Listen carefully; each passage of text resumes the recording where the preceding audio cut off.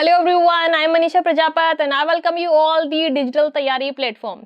तो कैसे चल रही है आप लोगों की स्टडीज? आई होप कि आप लोगों की स्टडीज बहुत ही अच्छी चल रही होंगी और आप लोग बहुत इंटेलिजेंट हो गए होंगे। तो ठीक है, मैं एक सवाल पूछती हूँ आप लोगों से, जवाब दीजिए। अगर मैं आप लोगों से ये पूछूं कि देश में महंगाई बढ़नी चाहिए या फिर घटनी चाहिए, तो आप लोगों का जवाब क्या होगा?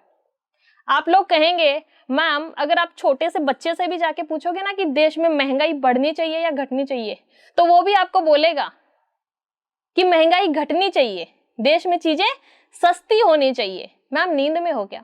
चलो देखते हैं आप लोग कितना सही हो। आप लोगों को समझ में आ गया होगा आज हम लोग कौन सा वाला टॉपिक डिस्कस करने जा रहे हैं। आज हम पढ़ने जा रहे हैं इन्फ्लेशन, यानी कि मुद्रास्फीति। आसान भाषा में इसको बोलते हैं महंगाई। क्या बोलते हैं? महंगाई। और महंगाई को मुझे आप लोगों को इतना समझाने की जरूरत नहीं है, क्योंकि हम यही तो सुनते हैं पूरे दिन। अपने घर में क्या सुनते हैं? ये चीजें इतनी महंगी हो गई। हम फ्रेंड सर्कल में भी यही सुनते हैं, इतना महंगा हो गया यार ये चीज। ठीक, न्यूज चैनल पर सबसे ज्यादा आलू इतना महंगा हो गया, प्याज इतना महंगा हो गया। ये हम बचपन से सुनते आ रहे हैं। और हमारे यहाँ तो एक कहावत भी है कि सखी सैया कम आवत है, महंगाई डायन खाई जावत है। सुनी होगी आप लोगों ने, नहीं भी सुनी तो मैंने आप लोगों को बता दी। चलिए टॉपिक पे आते हैं। सबसे पहले डेफिनेशन देखते हैं, क्या होता है आपका इन्फ्लेशन। लैंग्वेज में देखते हैं, वैसे तो हमें पता है महंगाई क्या होती है। देखिए, वस्तुओं एवं सेवाओं के सापेक्ष, वस्तुओं एवं सेवाओं के सापेक्ष मुद्रा का मूल्य कम होना, मुद्रा का मूल्य कम होना, इसी को हम क्या बोलते हैं? इसी को हम बोलते हैं मुद्रास्फीति, यानी कि इन्फ्लेशन। वस्तुओं एवं सेवाओं के सापेक्ष मुद्रा का मूल्य कम होना, यानी कि इन्फ्लेशन इज इक्वल टू क्या होगा? ये आपका इन्फ्लेशन है। ठीक है, आपके जो गुड्स एंड सर्विसेज हैं, गुड्स एंड सर्विसेज, जब भी मैं वस्तुएं बोलूं तो आपको समझ आना है कि उसमें सर्विसेज इंक्लूड हैं। आपकी जो गुड्स एंड सर्विसेज हैं उनकी प्राइस बढ़ रही है, और आपकी जो करेंसी है, यानी कि आपकी जो मुद्रा है, उसकी वैल्यू क्या हो रही है? कम हो रही है। और इसी सिचुएशन को हम लोग इन्फ्लेशन कहते हैं। ठीक, इस डेफिनेशन को आपको अच्छे से याद रखना है, क्योंकि पूरा चैप्टर इसी डेफिनेशन के इर्द गिर्द घूमेगा। तो अगर आपको ये समझ में आ गया इन्फ्लेशन, तो आपको डिफ्लेशन भी समझ में आ जाएगा। इसका उल्टा होता है। तो ये वाला आप थोड़ा सा याद रखिए कि वस्तुओं और सेवाओं के सापेक्ष अगर मुद्रा का मूल्य कम हो जाता है, यानी चीजें महंगी हो जाती है और आपकी करेंसी का वैल्यू डाउन हो जाता है, तो उसको हम क्या बोलते हैं? इन्फ्लेशन बोलते हैं। एक क्वेश्चन है जो बार बार रिपीट होता है, एक लाइन आपको लिखनी है, वेरी वेरी इंपॉर्टेंट, आप लगा दीजिए इसको, very very important double star. ठीक, एक लाइन है कि मुद्रास्फीति की स्थिति में, मुद्रास्फीति की स्थिति में ऋणदाता को घाटा होता है, ऋणदाता को घाटा होता है, घाटा होता है। मैम कुछ भी समझ में नहीं आया, कोई बात नहीं, मैं समझाती हूँ। अगर नहीं भी समझ में आए फिर भी, तो इस लाइन को तो आपको याद रखना ही है कि जब इन्फ्लेशन होता है तो आपका जो मनी लेंडर है, जो ऋणदाता है, उसको क्या होता है? लॉस होता है। कैसे होता है? देखिए, मान लीजिए मुझे ये बोर्ड खरीदना है और इस बोर्ड की वैल्यू है 100 रुपए। 100 रुपए नहीं होती, बहुत ज्यादा होती है, लेकिन मान लीजिए एग्जाम्पल है। फिर मैंने सोचा यार क्या करूं, बोर्ड खरीदूं नहीं खरीदूं? एक काम करती हूँ, ये जो मेरे पास में 100 रुपए है ना, इनको ब्याज पर दे देती हूँ और पहले ब्याज कमा लेते हैं, उसके बाद में अगले साल बोर्ड खरीद लेंगे। ये मैंने सोचा और मैंने किसी को 100 रुपए उधार पे दे दिए। अगले साल क्या हुआ? जिसको मैंने ऋण दिया वो मेरे पास में 110 रुपए लेके आया और बोला कि भाई ये 100 रुपए जो आपने मुझे दिए थे और ये 10 रुपए आपका ब्याज। मैं खुश हो गई, मैंने कहा वाह यार, 100 रुपए दिए थे, मेरे पास में 110 रुपए आ गए। ठीक, अब बढ़िया है, 10 रुपए अपने पास में रख लूंगी और 100 रुपए में जाके बोर्ड लेके आ जाऊंगी। ये सोचा मैंने।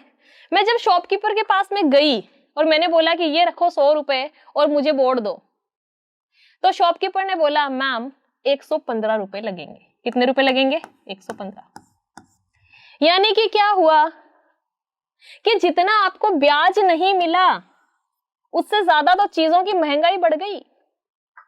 यही तो हमने समझा कि वस्तुओं और सेवाओं का मूल्य, देखिए हमने पहले क्या समझा था, यही समझा था हमने कि वस्तुओं और सेवाओं के सापेक्ष मुद्रा का मूल्य कम हो जाता है, आपकी करेंसी वीक हो जाती है। तो भाई अगर आप वीक चीज को अपने पास में रखेंगे तब तो आप घाटे में जाएंगे ना। आपके पास में पैसा है और आपको पता है कि उसकी वैल्यू कम हो रही है तो आप घाटे में जाएंगे। फिर आप सोचेंगे यार क्या पिछले साल ही 100 रुपए में ले लेती तो बढ़िया था, ठीक, अब 5 रुपए एक्स्ट्रा मुझे मिला के बोर्ड खरीदना पड़ेगा। तो ये लाइन आपको हमेशा याद रखनी है कि मुद्रास्फीति की स्थिति में ऋणदाता को घाटा होता है। That's it. नेक्स्ट हेडिंग डालिए फिलिप। एक थ्योरी में आप लोगों को समझाने वाली हूं, हो सकता है कि कुछ लोग मेरे से डिसएग्री करें, ठीक है। तो ये थ्योरी मैंने नहीं दी है, ये फिलिप ने दी है, मैं आपको समझा रही हूं, समझिए। फिलिप कहते हैं कि एक सीमा तक महंगाई और बेरोजगारी में नकारात्मक संबंध होता है। कुछ भी समझ में नहीं आया इस लाइन से, कोई बात नहीं। यह है आपका फिलिप वक्र। यहां पर है आपकी महंगाई यानी कि आपका इन्फ्लेशन, और यहां पर है आपकी बेरोजगारी यानी कि अनएम्प्लॉयमेंट, ठीक। और फिलिप क्या बोल रहे हैं कि महंगाई और बेरोजगारी में नकारात्मक संबंध होता है, और जब भी दो एलिमेंट्स में नकारात्मक संबंध होता है तो हमारा वक्र इस तरह से बनता है, और जब भी सकारात्मक यानी कि पॉजिटिव रिलेशन होता है तो इस तरह से बनता है। क्लियर हो रहा है? चलिए, अगर यहां से भी आप लोगों को नहीं समझ में आया तो मैं आपको एक एग्जांपल की मदद से समझाने की कोशिश करती हूं। देखिए, ये मार्कर है, ठीक, ये मार्कर है,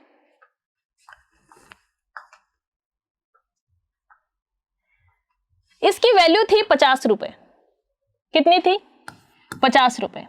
और अभी कितनी हो गई है? 60 रुपए, यानी कि 10 रुपए बढ़ चुके हैं। अब भाई जो मैन्युफैक्चरर है, जो फैक्ट्री वाला है, वो एक मार्कर तो नहीं बना रहा। मान लीजिए उसने 1 करोड़ मार्कर बनाए, 10 रुपए बढ़े एक मार्कर पर, और उसने 1 करोड़ मार्कर बनाए, यानी कि उसको टोटल कितना फायदा हुआ? 10 करोड़ रुपए का फायदा हुआ। अब मुझे ये बताइए, वो जो फैक्ट्री वाला है जिसने ये मार्कर बनाए थे, जिसको 10 रुपए पर यूनिट के हिसाब से एक्स्ट्रा प्रॉफिट हुआ और उस हिसाब से उसको 10 करोड़ रुपए का फायदा हुआ, तो वो इन 10 करोड़ रुपए का क्या करेगा? थोड़ा सा बिजनेस माइंड के हिसाब से सोचिए। वो घर पे ले जाके उन 10 करोड़ को रख के सो तो नहीं जाएगा। जब भी किसी फर्म को, किसी बिजनेस को ज्यादा एक्स्ट्रा फायदा होता है तो वो उसको री इन्वेस्ट करने का सोचते हैं। तो ये जो मार्कर का मैन्युफैक्चरर है, ये भी क्या सोचेगा कि यार जो ये मार्कर का धंधा है ना, ये तो बहुत ही बेनिफिट वाला है। तो अब क्या करते हैं, हमारे पास में 10 करोड़ रुपए आ गए, एक नई फैक्ट्री लगाते हैं। तो ये क्या करेगा? एक नई फैक्ट्री लगाएगा। नई फैक्ट्री लगाएगा तो फैक्ट्री में काम करने के लिए क्या चाहिए? लोग चाहिए, ठीक है। यानी कि लोगों को क्या मिलेगा? रोजगार मिलेगा।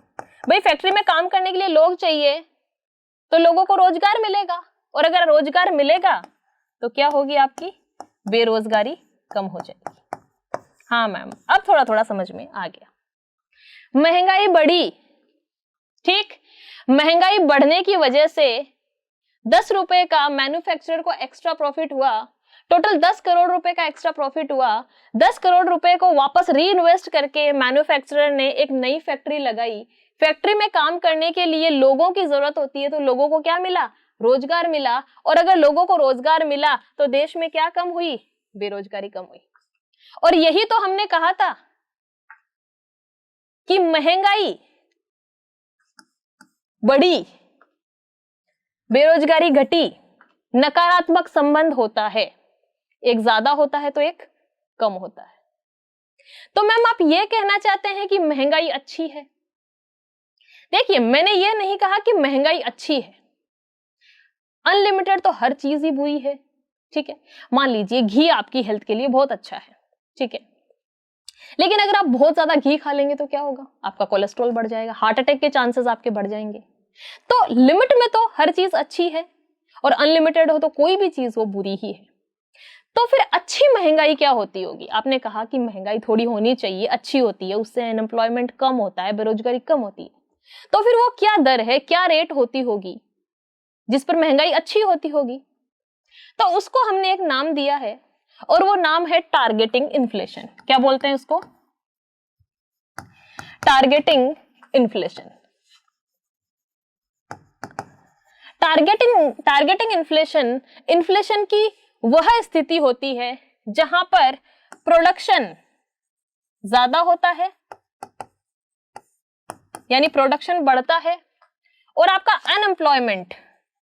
अनएम्प्लॉयमेंट यानी कि आपकी बेरोजगारी कम होती है। बेरोजगारी क्या होती है? कम होती है, और इसी को हम टारगेटिंग इन्फ्लेशन बोलते हैं। किसी भी इकोनॉमी का जो मेन मोटिव होता है, जो उद्देश्य होता है, वो यही होता है कि उनको क्या करना होता है? प्रोडक्शन को बढ़ाना होता है और अनएम्प्लॉयमेंट को कम करना होता है। ये एक आइडियल सिचुएशन होती है, और इसी को हम क्या बोलते हैं? Targeting inflation. आपकी टारगेटिंग इन्फ्लेशन जो है उसकी रेट कौन तय करता है? आपका सेंट्रल बैंक, दैट इज आप सब लोगों को पता है आरबीआई। आरबीआई क्या करता है? टारगेटिंग इन्फ्लेशन की दर तय करता है। कुछ स्टैंडर्ड रेट्स भी होती हैं। जो विकासशील देश हैं, क्या बोला मैंने? विकासशील यानी कि डेवलपिंग कंट्रीज, जैसे कि इंडिया, तो उसमें ये इन्फ्लेशन की दर कितनी होनी चाहिए? 3 से 5%, तब ये आइडियल है, ठीक। और जो विकसित हैं, जो विकसित देश है, जैसे कि आपका यूएसए हो गया, ठीक है, आपकी यूरोप के कंट्रीज हो गई, तो वो क्या है? डेवलप्ड है, तो वहां पर ये रेट कितनी होनी चाहिए? 1 से 2%। ये आइडियल है, ठीक। और हमारे आरबीआई ने 2021, ये आप लोगों के लिए इंपॉर्टेंट है, पूछ सकते हैं, आरबीआई ने 2021 से 2026 तक के लिए जो इन्फ्लेशन रेट तय करी है वो है 4%। 4% प्लस या माइनस 1 हो सकता है, यानी कि इस क्राइटेरिया को फुलफिल कर रहा है। 4% एक कम या एक ज्यादा हो सकता है, और वही हमने कहा 3 से 5% होनी चाहिए। एक सवाल आप लोगों से पूछा गया था, आपके पिछले प्रश्न पत्रों को अगर आपने देखा हो, पीवाईक्यूज में एक सवाल पूछा गया था, ठीक, कि टारगेटिंग इन्फ्लेशन की दर 4% प्लस माइनस 1 हो सकती है, ये कौन निर्धारित करता है? और आपको ऑप्शन दे दिए गए थे, गवर्नमेंट ऑफ इंडिया, ठीक, आरबीआई, एक दो ऑप्शन आपको और दे दिए गए। यानी कि टारगेटिंग इन्फ्लेशन की रेट कौन तय करता है? तो आप लोगों को क्या पता होना चाहिए? आरबीआई तय करता है। देखिए, जैसे जैसे हम आगे बढ़ रहे हैं, सिलेबस को कवर कर रहे हैं, मैं आप लोगों को बताती चल रही हूं कि इस वाले टॉपिक में से क्या पूछा गया था और किस तरह से पूछा जा सकता है, और यही हमारी अप्रोच रहेगी, ठीक है। हमें अर्थशास्त्री नहीं बनना है, हमें हमारा एग्जाम क्रैक करना है, तो वही पढ़ेंगे जो आपके एग्जाम ओरिएंटेड है, ठीक। चलिए, आ गया समझ में? यानी कि इन्फ्लेशन रेट कितनी हो सकती है, और ये तय कर रखी है हमारे आरबीआई ने, दैट इज 4%, और प्लस माइनस 1 हो सकता है। लेकिन महंगाई कंट्रोल होने वाली थोड़ी है, महंगाई तो बढ़ती है, ठीक। तो अगर महंगाई बढ़ती है तो उसको हम क्या बोलते हैं? देखिए, उसको हम बोलते हैं ग्लैपिंग इन्फ्लेशन। क्या बोलते हैं? ग्लैपिंग इन्फ्लेशन। 2-3 नाम है इसके। ग्लैपिंग इन्फ्लेशन बोल दीजिए। एक आपका होता है रनवे इन्फ्लेशन। क्या बोलते हैं? रनवे इन्फ्लेशन, ठीक। और जब महंगाई बहुत ज्यादा बढ़ जाए तब हम इसको बोलते हैं हाइपर इन्फ्लेशन। क्या बोलते हैं? Hyper inflation. हाइपर इन्फ्लेशन वो स्थिति होती है कि आपकी जो करेंसी है उसकी वैल्यू इतनी डाउन हो जाती है कि वो बिल्कुल जीरो हो जाती है, यानी कि आपकी करेंसी क्या हो जाती है, कोलैप्स हो जाती है, और आप लोग बहुत ही पुराने जमाने में पहुंच जाते हैं जहां पे बार्टर सिस्टम चलता था, वस्तु विनिमय चलता था, उस जमाने में आप लोग पहुंच जाते हैं। तो ये वाली स्थिति बहुत ही खराब होती है, ठीक, यानी कि करेंसी की वैल्यू इतनी कम हो जाती है, जीरो ही हो जाती है, कि आपको बार्टर सिस्टम पे लेके आ जाती है। उसको बोलते हैं hyper inflation, galloping inflation, runaway inflation, hyper inflation, यानी कि महंगाई की तेज गति से बढ़ती हुई दर, तेज गति से बढ़ती दर। इन तीनों में फर्क क्या है, स्पीड का फर्क है। जब महंगाई धीरे धीरे बढ़ रही है, मतलब ऐसे तो तेजी से बढ़ रही है, लेकिन इन दोनों के कंपेयर में, तब बोलेंगे ग्लैपिंग इन्फ्लेशन हो रहा है। ग्लैपिंग इन्फ्लेशन से थोड़ा सा तेज गति से दौड़ रही है तो बोलेंगे रनवे इन्फ्लेशन हो रहा है। और अगर बिल्कुल बहुत ज्यादा गति पकड़ ले तो आपकी करेंसी क्या हो जाएगी, कोलैप्स हो जाएगी, और उसको बोलेंगे हाइपर इन्फ्लेशन। आई होप कि आप लोगों को क्लियर हो गया होगा। अब देखिए, एक मिथ है जो आप लोगों के सराउंडिंग है, ठीक है, एक मतलब चीज है जो लोगों के बिल्कुल दिमाग में घुसी हुई है, लेकिन आप लोगों को मैं थोड़ा सा क्लियर कर दूं। जब भी आप अखबार पढ़ते हैं तो वहां पर क्या लिखा हुआ आता है कि जनवरी में प्याज 50 रुपए किलो, ठीक है, 50 रुपए किलो, फरवरी में 80 रुपए किलो, 30 रुपए महंगाई बढ़ी। फिर उसका परसेंटेज कैलकुलेट करके आपको बता देंगे इतना परसेंट महंगाई बढ़ी। महंगाई कैलकुलेट करने का ये वाला तरीका बिल्कुल ही गलत है, क्योंकि जब भी आप इन्फ्लेशन को कैलकुलेट करना चाहते हैं तो आपको कम से कम 1 साल का डाटा चाहिए। मंथली डाटा के बेसिस पर आप कभी भी इन्फ्लेशन को काउंट नहीं कर सकते। उसके लिए आपको क्या चाहिए, एनुअल डाटा चाहिए। तो क्या होता है सही तरीका इन्फ्लेशन काउंट करने का, चलो देखते हैं। How to count inflation. देखिए, यह है आपका 2022 और यह है आपका 2023। ये कुछ चीजें हैं, ठीक है, यहां पे रेट्स लिखी हुई है, ये पुरानी रेटें लिखी हुई है जो 2022 में चलती हैं। 2023 में क्या हुआ, मान लीजिए ये है जनवरी, ये फरवरी, ये मार्च, ये अप्रैल, ये अभी चल रहा है मई आपका, ठीक है। अब जब हमें गणना करनी है, कंपेयर करना है, तो हम कैसे कंपेयर करेंगे। मान लीजिए कोई चीज है, कोई वस्तु है, तो 2022 में जनवरी में जो उसकी वैल्यू थी और जो 2023 में उसकी वैल्यू है, इन दोनों को जब हम कंपेयर करेंगे तब हमारे पास में इन्फ्लेशन आएगा। तो हम कहेंगे कि जनवरी 2022 से लेके जनवरी 2023 में 10% की महंगाई बढ़ी। 1 साल का डाटा कंपेयर कर रहे हैं। फरवरी 2022 से लेके फरवरी 2023 तक 20% बढ़ी, 30% बढ़ी, 40% बढ़ी, 50% बढ़ी, जितना भी परसेंट बढ़ी। यानी कि कंपैरिजन किनका हो रहा है, 1 साल के डाटा का हो रहा है। जनवरी 2022 और जनवरी 2023 को कंपेयर कर रहे हैं, ना कि जनवरी 2022 और फरवरी 2022 को। कम से कम 1 साल का डाटा हमें चाहिए।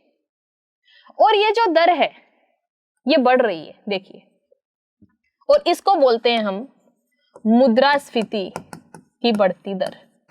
मुद्रास्फीति की बढ़ती दर, समझ में आ गया। अब आप लोगों के दिमाग में एक क्वेश्चन अराइज हो रहा होगा कि जरूरी थोड़ी ना है, मतलब ठीक है महंगाई तो बढ़ रही है लेकिन रेटें ऐसे कॉन्स्टेंटली बढ़े ही, कोई जरूरी नहीं है, सेम भी रह सकती है, तब तो कोई मतलब ही नहीं है। लेकिन ये भी तो हो सकता है कि ये जो रेट्स हैं, ये जो दरें हैं, ये घटते क्रम में हो, बिल्कुल हो सकता है।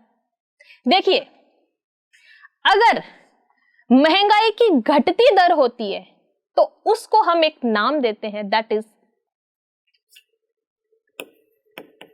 डिसइंफ्लेशन। क्या बोलते हैं, डिसइंफ्लेशन।